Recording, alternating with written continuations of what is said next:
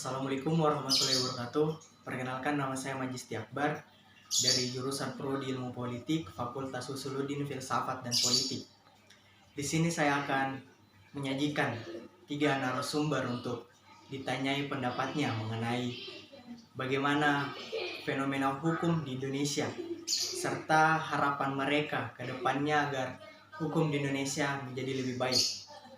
Narasumber pertama yaitu tokoh agama, yang kedua pedagang di pinggir jalan, dan yang ketiga penegak hukum. Jadi baik, saat ini saya berada di salah satu kediaman narasumber pertama dengan Bapak Ibrahim. Baik, langsung saja Pak. Bagaimana pandangan Bapak sebagai tokoh agama melihat fenomena hukum di Indonesia saat ini?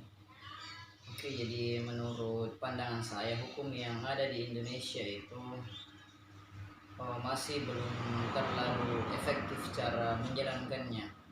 Dikarenakan ada beberapa aturan-aturan yang dikeluarkan oleh pemerintah itu menurut pandangan saya tidak layak. Nah, hal ini yang harus kita perlu benahi, perlu kita pandang dengan sebaik mungkin kepada penegak-penegak hukum yang ada di Indonesia ini. Harusnya melihat jeli hukum seperti apa yang harus diterapkan di Indonesia, di negara kita ini. Mungkin itu dari saya. Terus Pak, mungkin bagaimana harapan ke depannya agar hukum di Indonesia ini jauh lebih baik? Ya, untuk hukum kita agar lebih baik, kita harusnya lebih mengacu kepada Al-Quran dan Al-Hadis. Alangkah baiknya hukum itu kita patokan pada Al-Quran ya, karena dalam sini tidak ada kebohongan. Mungkin itu simpel saja dari saya. Kita mengacu hukum pada Al-Quran dan Al-Hadis untuk mendapatkan suatu keharmonisan dalam suatu negara. Ya, seperti itu.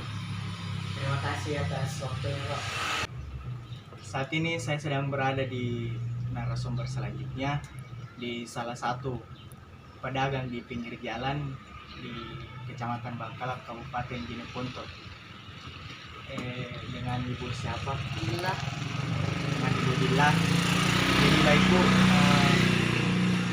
Ibu sebagai pedagang, bagaimana pendapat Ibu tentang hukum yang ada di Indonesia saat ini?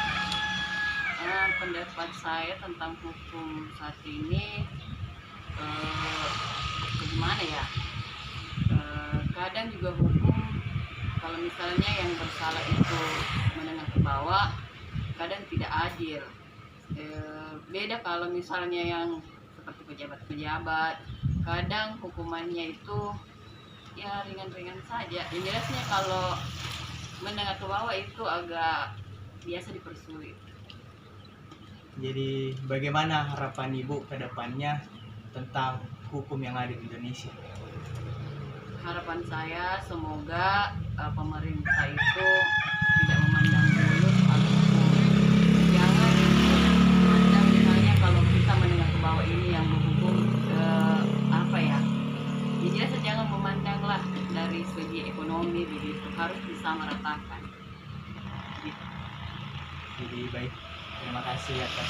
Jadi baik, saat ini saya sedang bersama dengan